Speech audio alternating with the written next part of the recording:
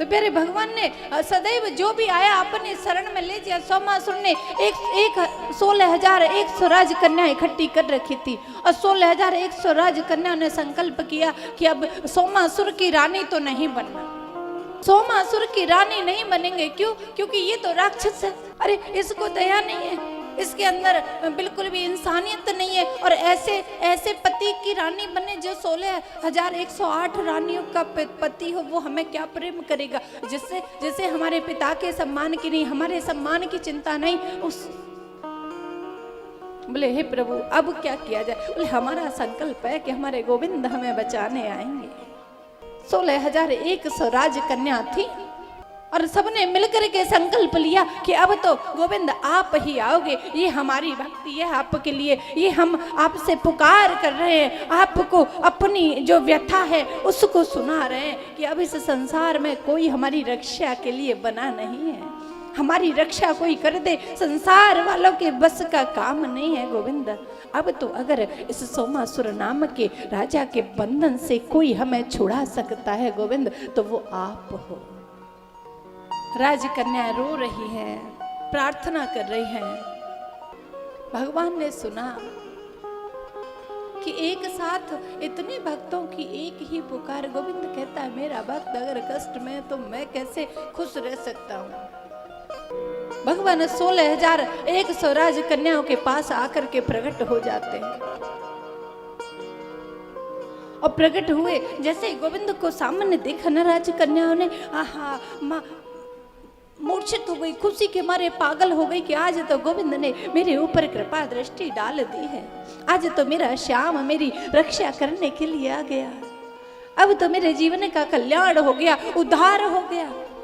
गोविंद ने आकर के बंधन से मुक्त किया और सामने बैठी है राजकन्या, भगवान खड़े हुए और गोविंद से हाथ जोड़ के कह रही है प्रभु अब आगे का मार्ग हमारा प्रशस्त करो, आगे का रास्ता बताओ, आगे का मार्ग बताओ कि हमें क्या करना चाहिए।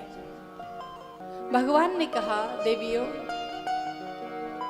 ये राजा आपको तुम्हारे पिताओं से छुड़ा करके लाए थे, चुरा करके लाया है, बंदी बनाया है। चलो मैं तुम्हारे जिस कौन कौन से देश की कौन कौन से राज्य की तुम राजकुमारी हो, चलो मैं तुम्हें तुम्हारे पिता के पास पहुंचाता हूं। जब बात आई ना कि चलो मैं आपको पिता के पास पहुंचाता हूं तो राजकन्या चरणों में लेट गई, चरणों में लेट गई। गोविंद के ध्यान से सुनना कैसे कृपा करता है, और चरणों में लेट करके रोने लगी, कहने लगी प्रभु अब जो संसार के पिता है ना, जो संसार का समाज है वो हमारे लायक नहीं बचा।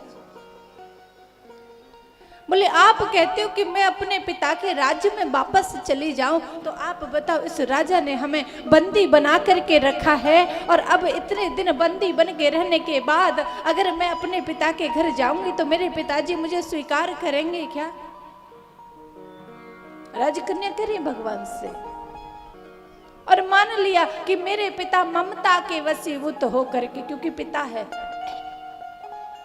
मुझे स्वीकार कर भी लिया, मुझे राज्य में रख भी लिया, तो क्या मेरा समाज मुझे स्वीकार करेगा? और समाज का भी छोड़ दो प्यारे, समाज ने भी कर लिया तो क्या किसी कोई राजकुमार कोई मुझसे विवाह करेगा? तो मेरा तो जीवन इस संसार वालों के लिए अब हम बेकार हो गए हैं। न किसी पिता की पुत्री बनने योग्य रहे, न किसी पति की पत्नी बनने योग्य रहे। अब तो प्यारे अगर हमारा कहीं स्थान है तो वो आपके श्री चरणों में है गोविंद। संसार वालों के पास हमारे लिए कोई जगह नहीं है। 16,108 राजकन्याओं को भगवान ने एक साथ वरण किया था, सबको द्वारिका ले गए थे, बोले चलो मेरे साथ चलो।